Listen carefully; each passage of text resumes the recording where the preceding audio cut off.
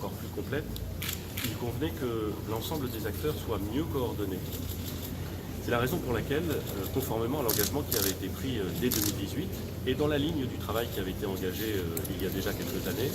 nous avons pris la décision de créer à partir du 1er janvier 2020 un établissement public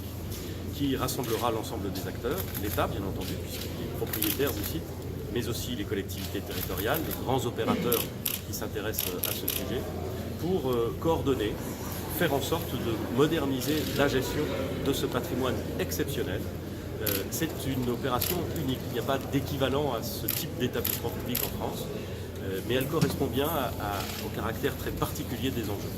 Et à l'occasion d'une réunion que j'ai tenue avec les parlementaires de la Manche, les élus locaux à la fois normands et bretons, nous avons pu échanger sur la nature du travail que nous allions mener en commun. J'ai pu constater la bonne volonté générale, mais aussi la bonne intelligence entre l'ensemble des acteurs pour faire en sorte, je le redis encore une fois, que ce site exceptionnel puisse continuer à se développer, puisse être préservé, puisse offrir à l'ensemble des territoires qui l'entourent une opportunité de développement, de création de richesses à la hauteur des espérances de chacun. Pour préfigurer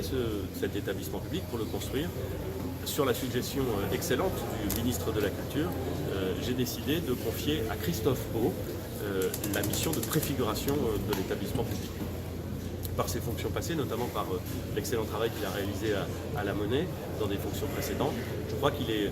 l'homme de la situation pour penser une organisation unique et la mettre en œuvre très rapidement à compter du 1er janvier 2020. C'est donc à la fois l'engagement de l'État qui est tenu,